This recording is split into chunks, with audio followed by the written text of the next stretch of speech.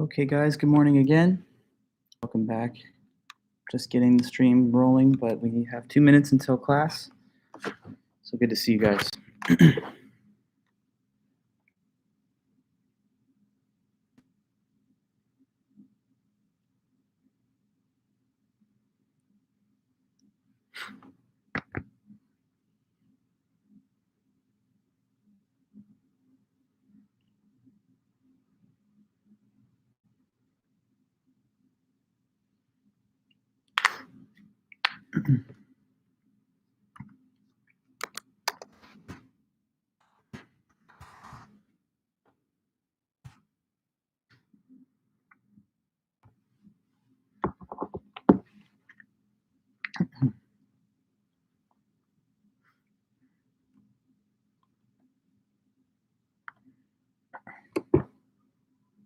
Welcome, everybody. Good to see you. Hey, Zoe, Claire, Sydney, good to see you too.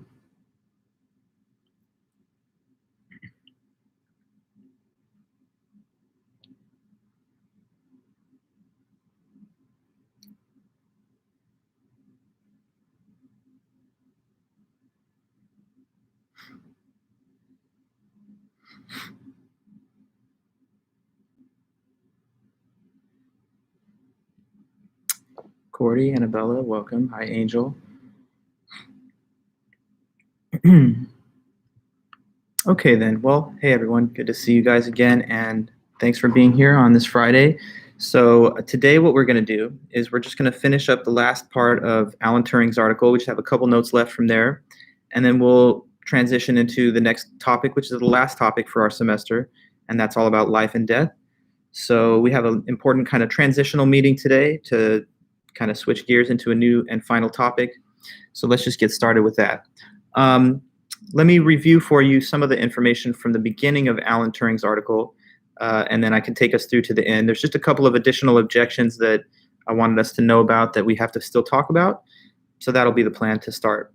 And as usual, guys, always appreciate you being here. Try to keep attending the class. Leave a comment behind if you can. I think most of you that are here already have done that, so it's good. But to the others that are not arriving on time to class, it's a little disappointing. I can tell who's here and who's not here. You really should be coming, but that's up to you. Okay, anyway, welcome back. So Alan Turing's article is called Computing Machinery and Intelligence from 1950, and he's basically making the argument that someday in the future, machines, computers, they'll have consciousness. They'll be able to think like we can think. And he starts off by sort of saying, let's try and pursue this question through the framework of a test that we could perform to even test whether or not machines had consciousness. So the test that he uses is a kind of spin-off of the imitation game, which is like a little party game that people play where you try and imitate another individual's gender, and then you're trying to trick an interrogator into misidentifying who was the man and who was the woman. So in the game, you have a partition, a wall. On one side, you have two different subjects. One is a man, one is a woman. On the opposite side, you have an interrogator of either gender. And basically, the interrogator gets to have 2 interview periods with each of the 2 subjects. All they know in advance is that one is a man and one's a woman, but they don't know which one is which. And they get to ask these questions and receive answers back in a written format to prevent them from hearing the voice. And of course, the wall is there to prevent you from seeing the person's appearance. So on the other side of the wall, one of the subjects is trying to imitate the other gender. And in the end, it's like, did you know who was the real woman and who was imitating a woman? Or who was the real man and who was just imitating a man? If he gets the right answer, that's a win. If he doesn't, then it's a loss for him. Now, to modify this game so that it becomes a test for whether machines have consciousness, we simply replace one of the human subjects on the other side of the wall with a computer. And now the question for our interrogator becomes, can you determine based on responses that you hear, which of the subjects is a human being and which one's a computer? And according to Turing anyway, if and when we reach a point in time where the interrogator fails to identify correctly at about 50% failure rate, then we should say at this time these are thinking machines, because the way Turing looks at it, they at that time have become indistinguishable, haven't they, from human subjects when you're having conversations. And he figures that if you cannot tell the difference between the two, no matter what kind of questions you asked, even if you had a series of trials, you keep failing about half the time, then that would be the criteria to determine that these are now thinking machines with consciousness. Now, after that, we had a few other points. He mentions that the machines to be used in the game are digital computers, not human brains born in the typical way. So the machines, like digital computers, are going to play the role of the non-human subject in the game. He talks about how digital computers have certain similarities and have certain parallels to the quote-unquote human computer. He says that the human computer or brain is essentially defined by following fixed rules, that the rules and information are somehow contained in like a big basin of info, which he calls a book. And this book of the brain or mind, he claims has like unlimited or indefinitely infinite amount of quote-unquote paper or pages to write instructions and record information on. And he says that's roughly parallel to the three parts of the digital computer. One of those is the store of info, which contains all the data. Another is the executive unit, the CPU, that carries out instructions and acts on the data in the store. And then you have the control unit that makes sure that these things are done in a logical order. And so he says the question then is whether or not digital computers could perform well enough in the imitation game to reliably deceive the interrogator. He also mentions that digital computers are discrete state machines, which means that there are systems that are in one definite state at a given time, with each new state a function of the prior state plus an input signal. And I tried to demonstrate that in class just by showing you my phone and like going through how each new state displayed on the screen is a function of its prior state plus some kind of input signal that is given to it. So here we know the question is that we want to know whether discrete state machines could ever do well enough in the imitation game to reliably deceive the interrogator. Turing does predict, looking at it from the year 1950, predicting 50 years ahead, that by the year 2000, machines will have achieved such sophistication that they might be tricking the interrogator about 25% of the time. But he thought that it would just be a continual march towards greater and greater powerful computers from there, and that inevitably we will get to a point where you cannot tell the difference between a live conversation with a human and one with a robot. But he knows there are objections to his argument, and that's where we kind of ran out of time when we were talking about the different objections. The first objection to his view, again, what's his view? That machines could think and have consciousness if they pass the Turing test. One objection to that he calls the mathematical objection, which says that for certain technical reasons, there are some questions that a machine or a computer could never answer. And you might say that's different from a human being because we could always formulate an answer of some kind to whatever question we are given. So maybe that indicates that that's not real consciousness that the computers have, since there are these conceptual limitations about certain questions they could not answer. Well, his reply to that, if you remember, was that he says, actually, we're the same as the computers here because there's also questions that the human mind cannot possibly comprehend an answer for. And so in a way, we are not any different from those computers for the same reason. If I ask you what's the largest number, or where did God come from, or has the universe always been here, or did it just pop out of nothing, any of the thoughts that you might have in response are kind of difficult to articulate because these questions kind of go beyond the power of the human mind to fully comprehend. So he says there's not really a major difference there between us and the computers. Thus, he replies to that objection. Now, there's some few other objections too, and I want to just quickly go through them while we still have time here. So let me make mention of a few others. This is still me finishing off the work of Alan Turing here and his paper, Computing Machinery and Intelligence. So another objection. So these are all just objections for the moment to Turing's view that machines could achieve consciousness if they pass the Turing test. He calls the next one the objection from consciousness.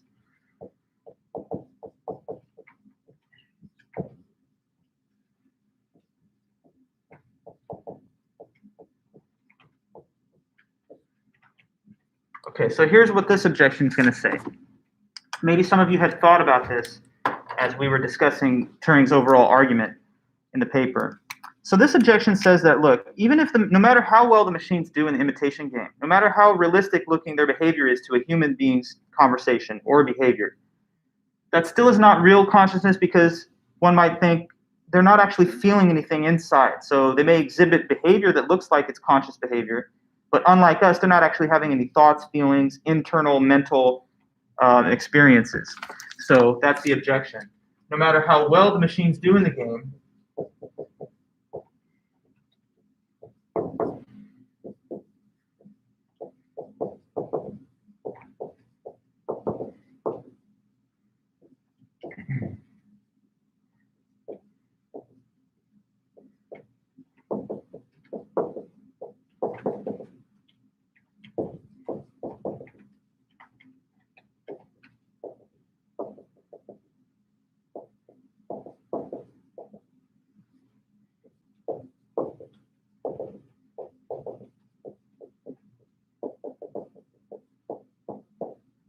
Okay, so that objection says that no matter how well the machine's ever doing these games, suppose they pass the test with flying colors. You're like, who was I just talking to? Is that a robot or a human? I could not tell.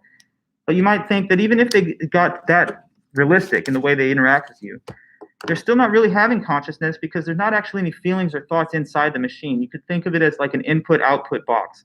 You give certain input to it, like a certain typed question, and then it interprets that, and according to its programming, it spits out like a reasonable human-sounding reply. But you might think, well, there's nothing inside of its mind, though, that it's thinking of or feeling.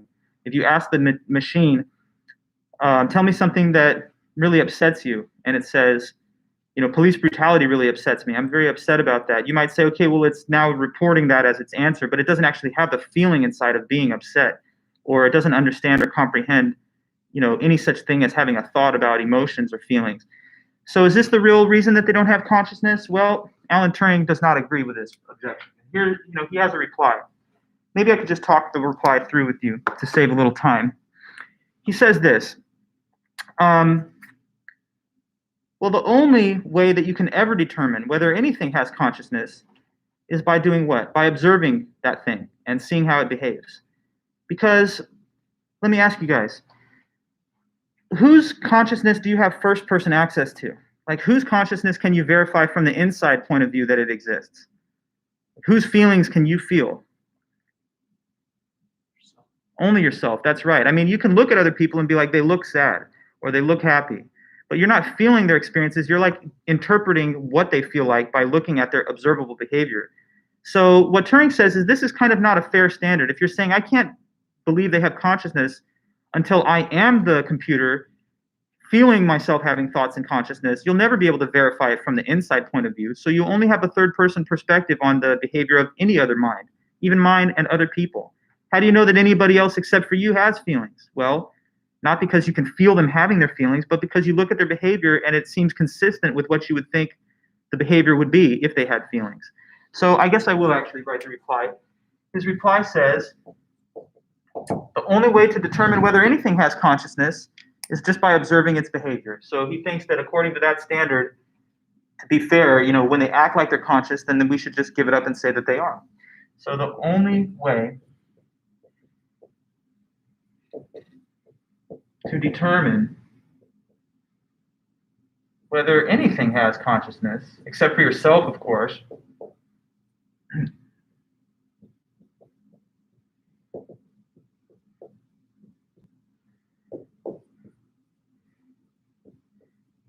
is to observe its behavior.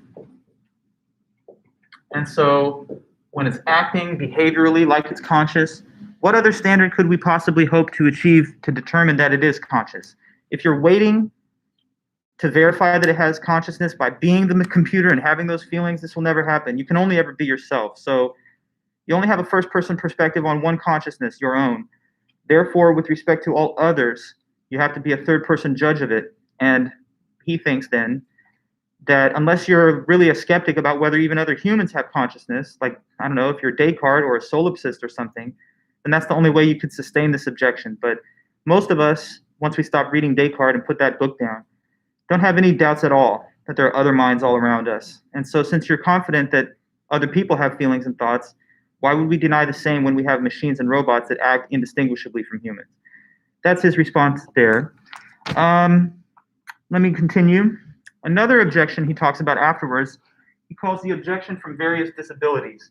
Now this one, I will just kind of talk you through because the nature of the objection is kind of, I think, a little more conversational. But I'll write the name of it at least, and then we'll have some discussion. So another one to follow is objection from various disabilities.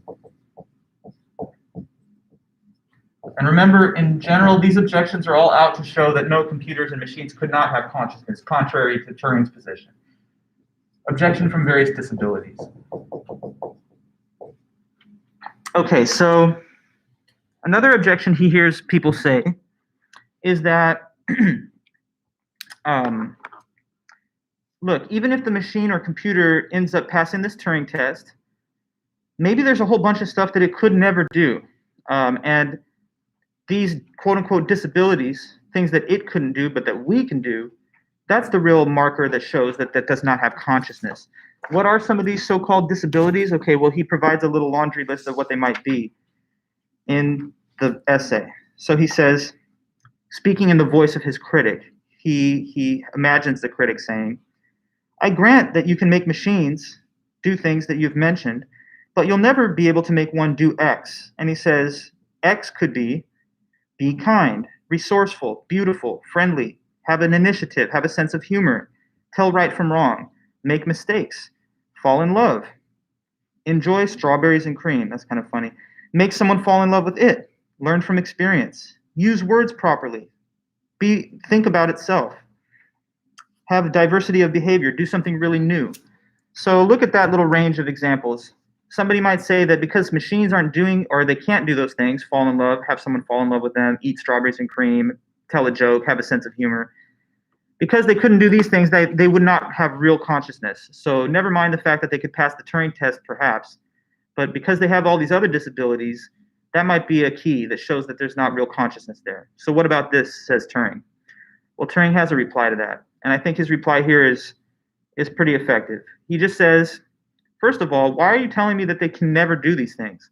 Why do you say that a computer or a machine could never have a sense of humor, tell right from wrong, fall in love, or eat strawberries and cream? Why do you say they could never do that? He says the reason people would say so, especially when he wrote this in 1950, is in his view that this just is like a poverty of imagination. You're just saying they can't do it ever because they haven't done it yet.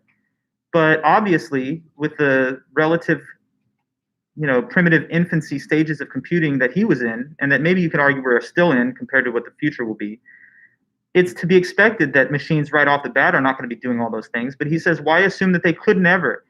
In some future, when we have thinking and conscious machines, why assume that they couldn't possibly have friendships, have a sense of humor, tell right from wrong, fall in love?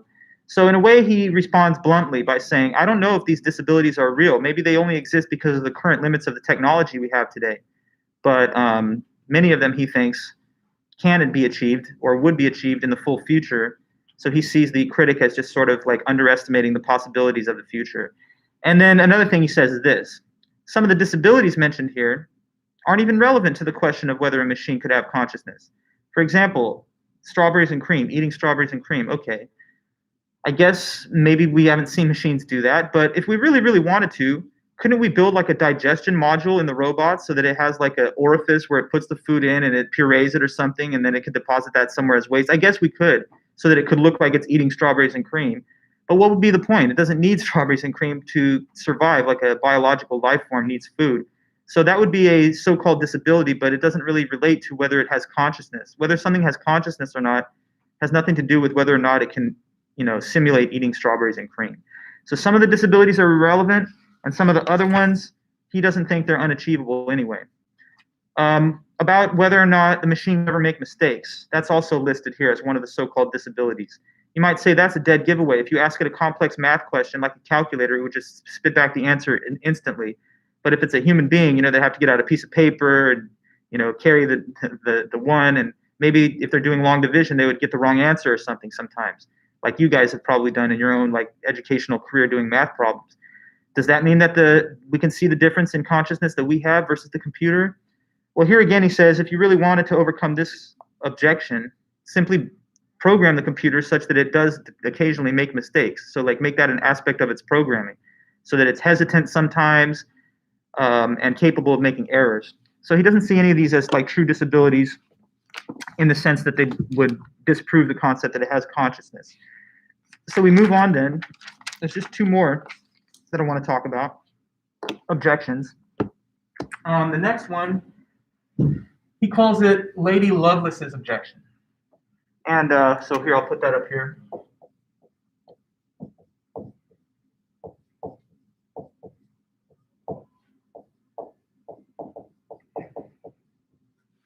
Okay, so first of all, the name Lady Loveless. He had a friend that he would spend time talking with a lot of times about his ideas, about his work, his research. And sometimes she was like a helpful sounding board for some of this stuff because she would try to like press him on his ideas and force him to sharpen his arguments by hitting him with objections that he would have to kind of find a way to respond to. So here is one of her objections that stuck out to him. So he named it after her, Lady Lovelace's objection. This is one that you might have thought as well. So the objection basically says that unlike us, the machine or computer can only do what it has been programmed to do. And since we can do things other than quote unquote what we've been programmed to do, maybe this exposes the essential difference between us and them. Like they don't have consciousness, we do. So let me put it on the board in writing.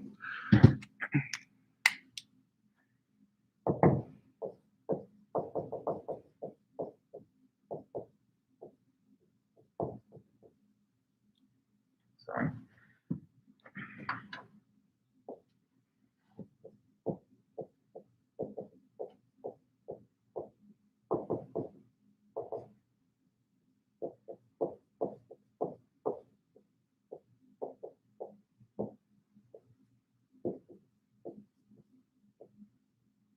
So only do what they've been programmed to do. There you might see a difference between them and us. But what's the reply from Alan Turing? Here's his response, and I think it's pretty clever. It reminds me a little of the reply he had to the mathematical objection before. Remember, the mathematical objection said that there's certain questions that the computer can never answer, and that's different from us. And Turing says, wait, no, I mean, there's also questions that the human mind cannot answer either, so we're really the same. And he has that same kind of logical counter move here. He says, actually, if you think about it, we too, the humans, the human brain, is also only able to act on and consider information that you have received from an external source. So in a way, we are also like the computer here. We can only do what we've been programmed to do as well. So that's the reply. So the reply is, we are the same as the machine here. We are the same because we can only act on and consider information that we've received from an external source.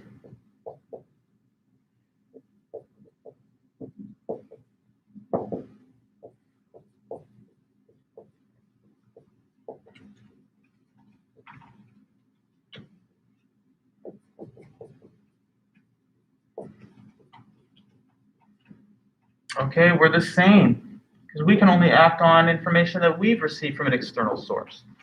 Okay, so I'll try to make this somewhat plausible, the way that Turing would try to put it. So say there's a baby born today, right? This newborn out there, and there's a lot of babies that are going to be born today, so it's not even a hypothetical, but take one of those as an example. Can this baby speak right now? Can it talk in language? No. The baby's out there, but it's just goo goo gaga, babbling like a baby, crying. It's going to take a while, isn't it, before it learns language? Now, fast forward 18, 19, 20 years, like your guy's age, and you've got a fully language-speaking linguistic adult.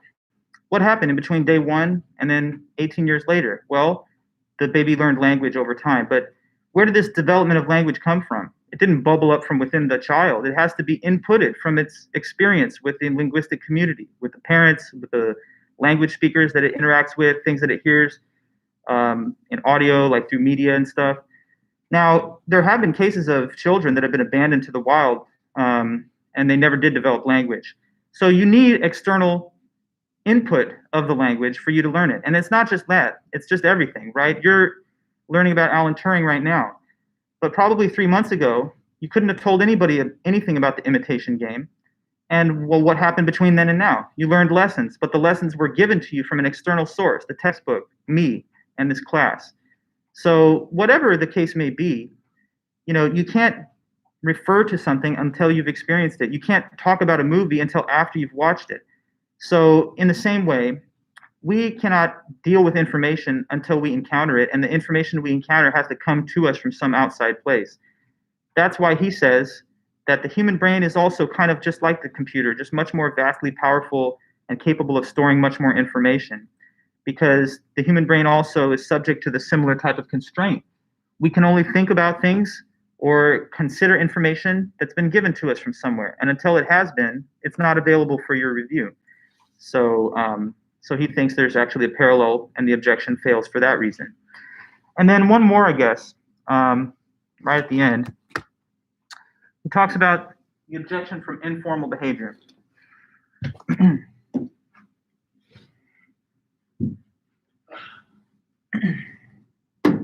Yeah.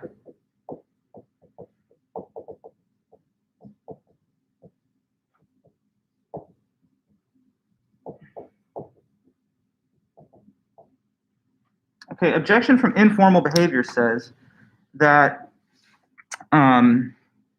so you could argue a machine can only ever behave according to the formal rules of the programming. And if there's no rule for it to act on or operate on, then it will not be able to do anything. But you might argue a human being is not the same, because when we find ourselves in a situation where the typical rule does not apply, we're able to improvise and find a solution and kind of come up with something on the fly. So you might say the way that we can improvise and do informal things is much different from a computer, because a computer is completely rigidly governed by its instructions and rules. And if there's no rule for it to act on, then it won't be able to do anything. So as an example, I think he gives this example. Say you go to the traffic signal, and we all know what the rules are in terms of the lights. If it's showing red, you're supposed to stop. If it's green, you can go. If it's yellow, I guess you're supposed to be approaching a stop, or if you're in the middle of the intersection, proceed through it.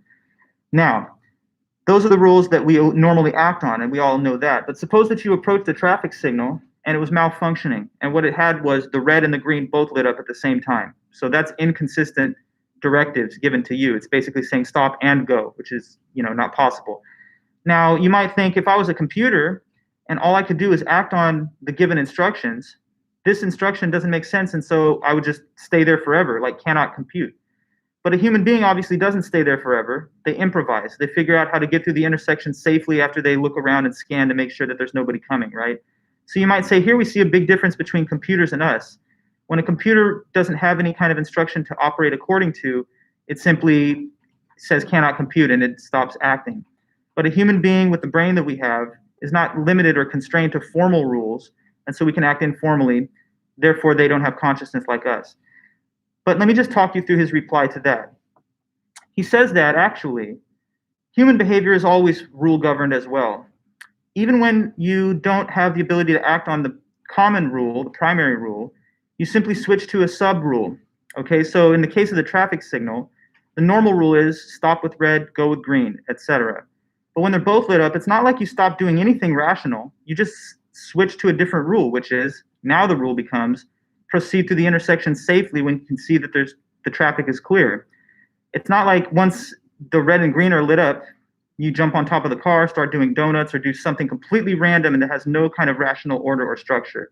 So we're still governed by rules, even when we don't necessarily think about it that way. Therefore, in the end, he rests his case and he says machines, computers, could possibly achieve consciousness if they were able to pass this Turing test. And despite the weight of the objections, he thinks he's given a sufficient reply to them all. Now I'm going to close this topic with one question for you guys. Suppose that Turing was correct, and suppose that machines could in fact achieve consciousness. I'm not saying I agree or not, but suppose for the sake of discussion that was possible. If so, since we're talking about the philosophy of mind here in the big picture, remember physicalism and dualism. Which of those two positions do you think would be more supported if machines had consciousness? So if computers, machines that we make out of chips and electronic materials, if those things could have consciousness and think like us, do you believe that that would give support for physicalism or dualism?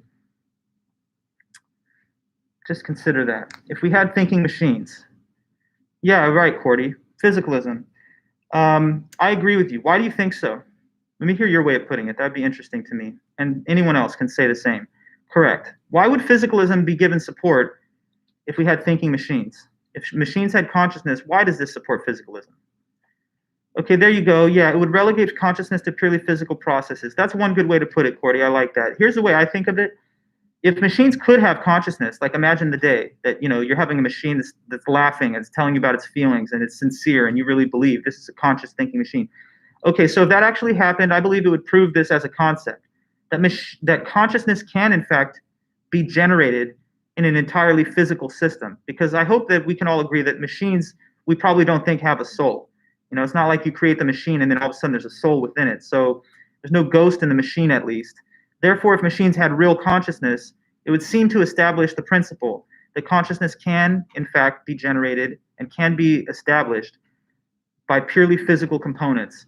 And so if that was shown in the computer, it might go some way towards convincing you that your own brain is a physical system that generates consciousness too. But anyway, then, we can now finally move on from that topic and we switch into the last one. So there's one more subject for our semester here, and that's life and death. And we're going to spend time talking about that today and all 3 meetings next week, and then the first meeting of week 14. So there's a total of 4.5, I guess, if you include the half period we have here on life and death. And the questions that we're going to look at are some of the deepest and personal questions that you can really ever think of. Questions like this: what would it take to make a human life go well? You know, each one of us is living a human life. My life, your life. We're each living our own lives. And I think that probably you want your life to go well. I mean, I can't speak for you necessarily, but I would think that almost everybody, you know, you're not neutral about your own life. If I asked you, do you want your life to go well, not well, or somewhere in the middle, most people would say, I want it to go as well as possible, you know, because you have a self-interest in it. So you want your life to go well, but what would it take? What would it take for a human life to go as well as it could? Is there any objective answer to this? Is there anything that sort of is universal and reasonable to all people, or is it just kind of radically subjective and individualistic? Well, we're going to pursue the answers to this question that we've seen in the work of philosophy throughout the centuries and throughout the millennia, because there have been some interesting and detailed accounts written in the work of philosophy about what it would take to make a human life go well. So we can take those views on board and see if it adds any wisdom and insight into the way we want to run and conduct our own lives. So one question is, what would it take for a human life to go well? We'll see different views about that. We'll start with the ancient Greek perspective on it from Plato, and then we'll zoom ahead to the 20th century and look at the work of Jean-Paul Sartre, the French existentialist. Then we'll read some of the work of the British philosopher also of the 20th and 21st century, Derek Parfit. And he has an interesting kind of hybrid view that I think sits somewhere in between Plato and Sartre. And once we finish with those 3, if we still have time and if time permits, we'll talk a little bit about death, which is the really last topic. You know, what is the right rational response or attitude towards the fact of death? If death is the end, is this a bad thing? Yes or no? Some people argue that if death is the destruction of consciousness, then it's not bad because there's nothing that it's like to be dead afterwards. But other people say, probably the more common view, that death is certainly bad, perhaps the worst thing that could happen. So we're going to hear about both of those views, and that'll kind of close off the class at the very end. So that's just a little bit of a preview of the next couple meetings to come forward. And I will be distributing the study guide for the final exam next week so that you can have it and be ready to start getting prepared for the review sessions and for the final itself. Also, don't forget that next Friday, that will be the due date for your second essay. So you can continue to work on that. And if you have any questions, please let me know at any time through email between now and then. Okay, so let's go back into our new topic, which is life and death. And we're starting this with the author Plato once again. So get this open. Okay. First author on life and death is Plato. The paper is about what it would take for a human life to go well. Plato lived from 428 till 347 BC, before the Common Era. So like 400 years before Jesus and the early Christian period. We studied Plato at least one other time in this class when we read his dialogue, the Meno, which discussed the concept of knowledge. And I told you a little bit about the history of Socrates, his teacher, and how Plato became involved with him. So Plato wrote a famous book. There's this kind of masterpiece of philosophy that he's well known for, and it's called The Republic, Plato's Republic.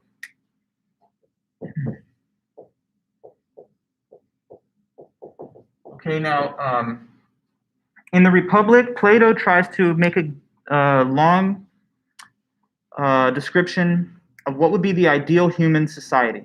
So the Republic is his word for like this utopian, perfected human form of government or civilization. So it's a book that tries to describe a utopian vision of society, like an ideal, perfected society.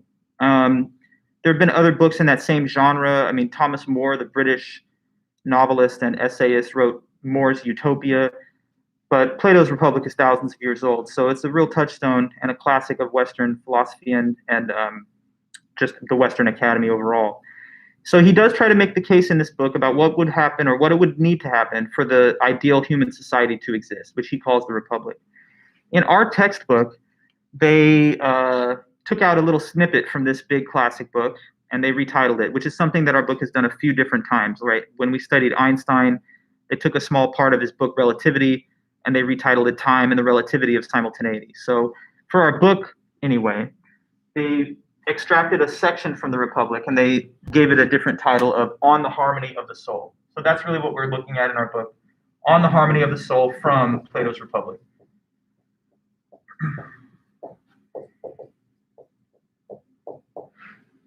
Okay, so we're going to try and learn a little bit about some of the basic features of Plato's Republic, because what Plato does in the book, as I said, is to describe the ideal human society. But along the way, towards the end, he tries to say how the ideal human life would be somewhat similar to the ideal human society, because he thinks of individual human beings having a soul which is structurally similar in a certain way to the society. So he thinks the Republic and the soul are kind of similar. The soul is like a microcosm of the Republic. So we're only going to learn about what makes a human life go well by first learning what he thinks would make the Republic go as well as possible. So that's where we will start. I'm going to try and tell you guys just some basic details about Plato's Republic and about what he thinks would make the ideal human society. Okay. So just getting my notes ready. Cool. So in Plato's Republic, he thinks or argues that there should be three major parts of the society, three major parts of the Republic. So there's these three major sections or compartments into which people ought to be sorted out and placed. So there's these three main parts of the Republic.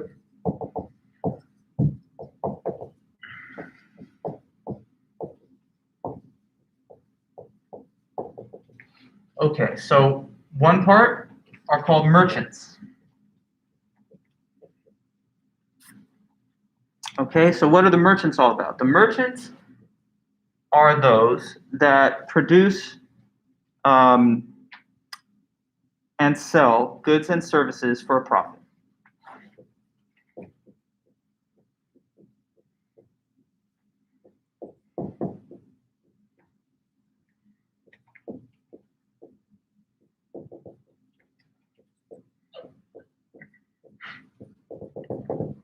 Okay, so the merchants, that's one major category or part of the Republic, those that produce and sell goods and services for a profit.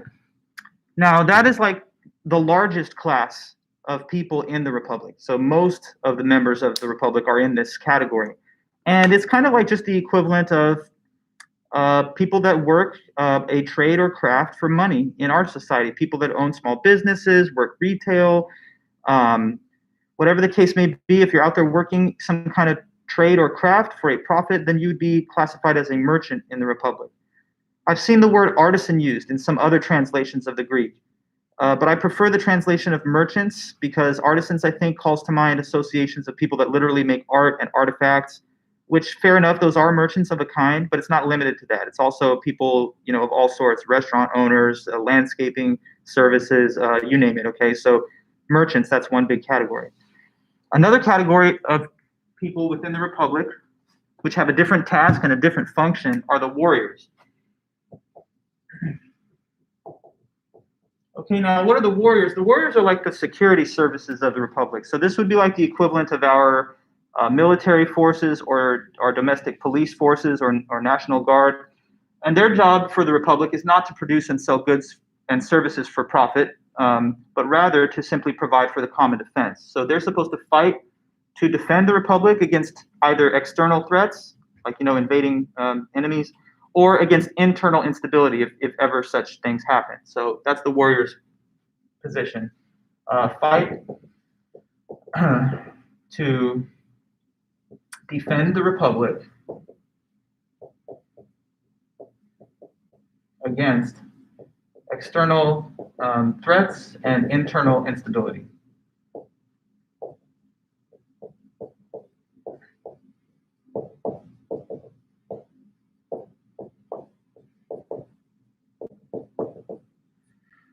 So those are the warriors, And you can see some basic parallels between the structure of the Platonic Republic and then, contemporary Western society. But there are some differences too, which I'll go over in a moment. But for now, anyway, we have merchants, warriors. The third, all important. I mean, they're all important, each one, because they're sort of mutually supportive and they're mutually interdependent. But if I was going to point out one that seems to be like of the greatest significance, it would have to be these, which are the kings.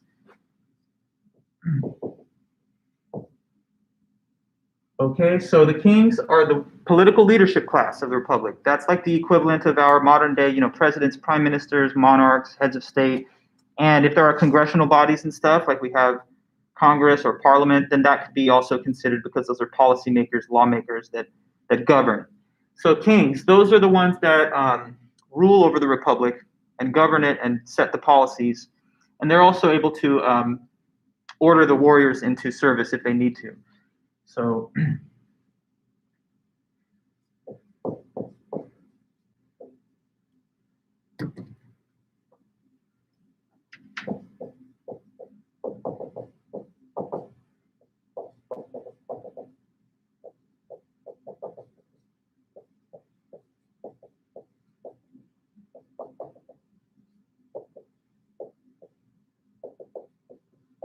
So it's the kings who make all the decisions about whether or not we're supposed to use the warriors for a given purpose, whether we're supposed to order them into service either for external threats or internal instability. Kings are also the political leadership of the whole system, so they would make all the laws, they would determine the best policies and practices that people have to abide by. So these are the three parts of the republic. And according to Plato, to get into one of these different parts of the republic, you had to be positioned there because of your actual natural abilities and skills. So here's one major difference between Plato's republic and like our modern day Western liberal democracy. In our system, as you guys know, we basically say that you're free to just choose whichever path that you would like in the society. Even if you have skills that make you better equipped for something else, we give you the freedom to choose to do what you like. So suppose that you're, the strongest, brawniest person who could be really, really capable at providing for defense. So you'd be a well-suited warrior. But you don't want to be a warrior. You want to just open a flower shop and be a merchant and sell flowers. Like, you're free to do that in our society, of course, right? Even though you're like this big, tough-looking person selling flowers, that's not a problem. On the other hand, suppose you're like the smartest, cream of the crop intellectual, and you can make extremely sound policy decisions and you could serve capably as a political leader. But in our world, if you just want to join the military and go out and fight and defend, you're free to do that, even though you're this really smart person who might be better off working in the halls of government. But in Plato's republic, you're not given that same freedom and flexibility to just chart off into any different direction. Instead, he thought, that people should be classified into their proper category based on the results of a rigorous system of testing and evaluation that's performed on people throughout their lives in the educational system. So to start off in Plato's republic, children would be placed in their primary education. This is sort of somewhat similar to our K through 12, primary schooling, where young children would receive primary lessons and instruction on things like mathematics, history, literature, poetry, physical education, gymnastics. Okay, now say they reach the end of that first course, that first tier of education. At the conclusion of that, all people would have to take a big, rigorous test, examination. And the result of this post-primary education test could go one of two ways. The person might surpass it and pass, or the person might not pass that test. So based on the outcome, this determines their position. Suppose that the person failed this first major exam that follows after their primary education. If that's the case, then the individual is placed in the warrior category, because I guess the determination of the republic is this wasn't the best and brightest intellectually of our society. So this is a person who would be better served by offering their physical strength and physical capabilities to the republic, and that they'll best serve as warriors. So anyway, long story short, you fail that first big test, you're going into the warrior class. But suppose you passed it. Okay, so you passed that first big hurdle. That means you're now appointed to a second tier of even higher education, where the subjects and instruction is a little more complex, the topics are a little bit more involved. But at the end of that second tier of education, another examination was given to the members of the republic. And once again, there's two possible results. You could have passed or you could have not passed. Suppose that you don't pass that second exam. Well, in that case, you're now relegated to the merchant class of the Republic, because I guess the thought was, well, you have some intellectual skills and abilities. You're not necessarily the least intellectually capable because you did have to pass the first test, unlike the warriors.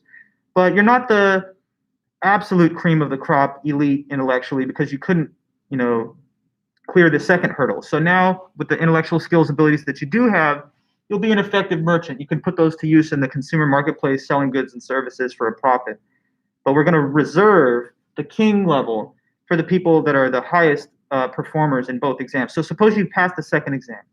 Now you're appointed to an even higher course, a third tier of further higher education, which extends well into your even middle age.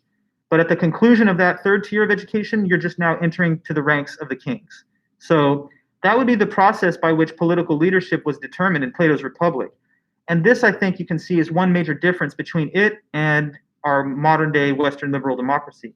In fact, Plato and his teacher Socrates, who speaks in a lot of these writings of the Republic, were famously extremely hostile to the concept of democracy. They thought that democracy was a non-ideal form of government. And they make this argument over and over again that because in a democracy it relies on just majority rule, they worried about the possibility of mob rule, you know, a majority of people wanting certain policies but that were not wise or well considered. He also said this, that until you establish the republic in a society, which is, you know, in his thinking, the ideal society, unless and until you do that, he says, society is always going to perpetually revolve between three non-ideal forms of government.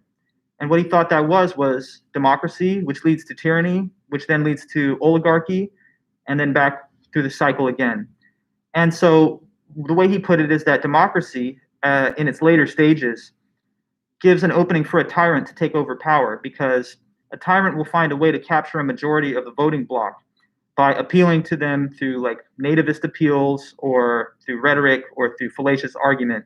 But once this person can capture and seize power, they will turn the democracy into a tyranny. And then the tyrant will rule and will live under a tyrant for a while. But after a while, people get tired of the tyrant and a powerful group of oligarchs will seize power away from that person. Now we're living with oligarchy, where you have like some like really powerful barons that kind of jointly administer the functions of society. But after a while, the barons are put under pressure by the people who demand to have power again. And so they restore democracy until it turns back into tyranny, and it keeps going through these cycles. He says if you ever want to get off of this revolving door of poor and non-ideal forms of government, then you have to establish the republic. Notice that in the republic, the kings don't gain power through democratic elections. Plato was suspicious that democratic elections could result in the wrong person, an idiot or somebody stupid taking power. So in the republic anyway, it does assure that whoever makes it to the top of the society had to prove that they were intellectually skilled through like a whole lifetime of intense training and education and rigorous testing. So he wanted to ensure through this method that, you know, there's a sort of weeding out process so that people who achieve the highest heights of power would really be smart and wise people. In fact, here's a little fun detail. He keeps referring to these kings in the society of the republic as philosopher kings. That's kind of great as a philosopher. But what he means by that is that these people who are going to be kings are going to be like philosophers, because I guess what? Philosophers, we are the smartest, most rational, and most careful with our decisions. So he thinks that we would be the ideal leaders of a society. As a philosopher, I think it's a nice compliment. I wonder, knowing some of my colleagues, whether or not that would actually be true. But, you know, I guess his point is well taken. You know, we couldn't have a very good society with people that are foolish and not wise making the top decisions, because, you know, they're going to lead the society to its own destruction if they don't have good foresight or if they act on the basis of poor judgment. So that's how the republic would have been structured. And what he says next is that there's a certain virtue that is associated with each of the three parts of the republic. A virtue is a quality that a thing has when it's able to do its job excellently well, when it's able to perform its function excellently well. So let me just write that term here. And I think this is probably where we'll have to pick up on Monday. So on Monday, someone will tell me what is a virtue, and then we'll just roll in from there. But virtue, a quality that a thing has when it is able to perform its function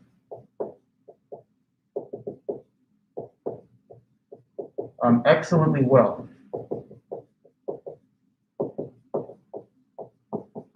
Okay, so definition of virtue there, it just says a quality that a thing has when it is able to perform its function excellently well.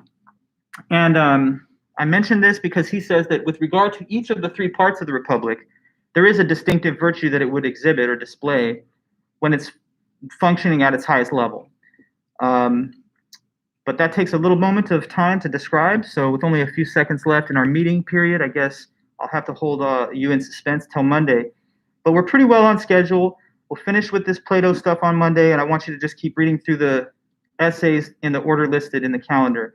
Sometime in the middle or later part of next week, I'll distribute the study guide questions for the final, and we can have your ability to get ready for the review sessions and the test itself during week 14 and then finals week.